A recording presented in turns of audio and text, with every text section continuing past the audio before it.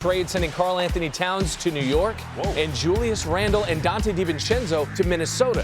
The New York Knicks are going to a conference final. For the second straight season, Minnesota is headed to the Western Conference Final.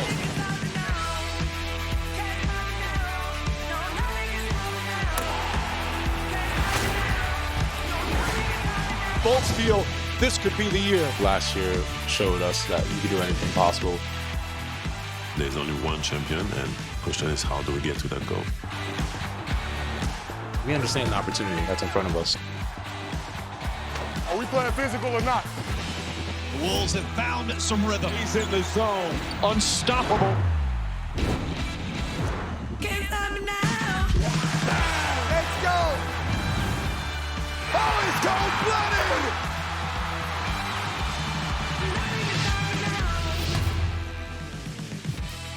Well, Randle and Towns, they've both been putting up big numbers since being traded for each other just before last season in a deal that's kind of worked out. I know we don't like to hear that, but it has. For both the Wolves and the Knicks, they both reached the conference finals. But from the big men to the superstar guard, as we look towards tonight's matchup, let's welcome back our senior insider, Shams Charania.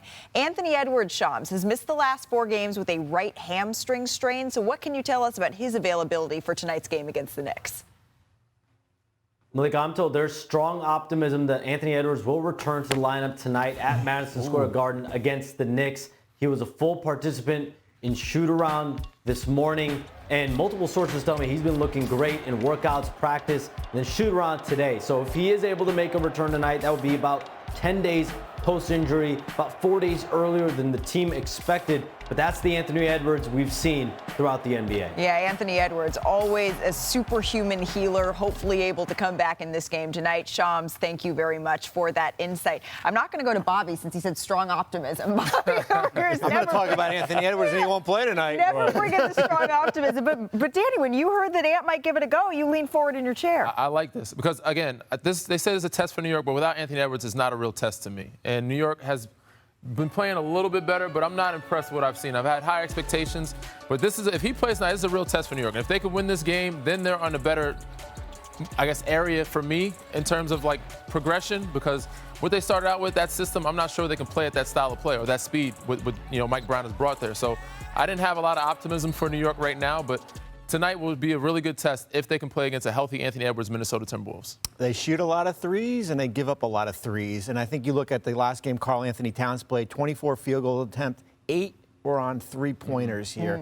Play bully ball around the basket, as Perk says here. That's kind of what I'm looking at tonight. I'm looking at the bigs. I'm looking at the 2 guys that were traded for one another because Julius Randle don't get enough recognition of what he's been doing this season. The man averaging a 20-piece wing dinner all flats.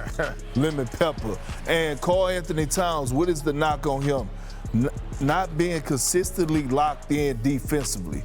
We know Jalen Brunson is the best player on that team, but in order for the Knicks to go where they're trying to go, Karl Anthony Towns is the most important. And what is he going to do defensively? Is he going to own his matchup? Because make no mistake about it, every single time Julius played the Knicks, it's personal. Yeah, for sure. It's personal. So Karl Anthony Towns needs to start really being that defensive anchor, especially with the unknown and uncertainty of Mitchell Robinson. What's going to tell you that Anthony Edwards is good, right? What's going to tell you a couple of minutes into the game that this is when he say he playing? Yeah.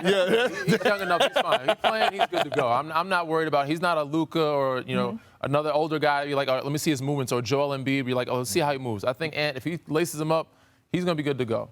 And then it's the last game of a 4-game road trip. Yeah. And that goes to show you, too, players wants to play in the Garden. They also want to come back on the road sometimes, get those jitters out before they come back home to their home crowd. And then in the second game right here on ESPN, that'll be the first. We have Luka Doncic hosting Victor Wembanyama and the San Antonio Spurs. Perk, who you got in this one? Lakers. And look, Spurs are going to make the postseason. You think it's 0-5. Wemby's going to be 0-5 against Luka. There's something about the synergy of the Lakers right now, right? They finally seem like they have a culture. Some type of togetherness. And the one thing J.J. Redick said, he said every single night, that other team gonna know that we're a hard-playing team. Whether they make or miss shots, they have an identity now. Can't disagree with that, but I do disagree with the pick. I'm going to go with the Spurs tonight. No Austin Reeves. No Dylan I Harper. don't think they're going to be able to do it. Again, I mean, Spurs have more to pick up than Lakers, because I don't want to get harassed by fans tonight. You want to do the game? Wise man, Bobby. Oh, that's going to do it for us here on NBA Today. Perk and I, though, we're not done yet. Not even close. Michael Malone, he's going to join us for the season debut of NBA Countdown. And a very special guest will be joining our inaugural show. Kenny the Jet Smith. Don't miss it. I'm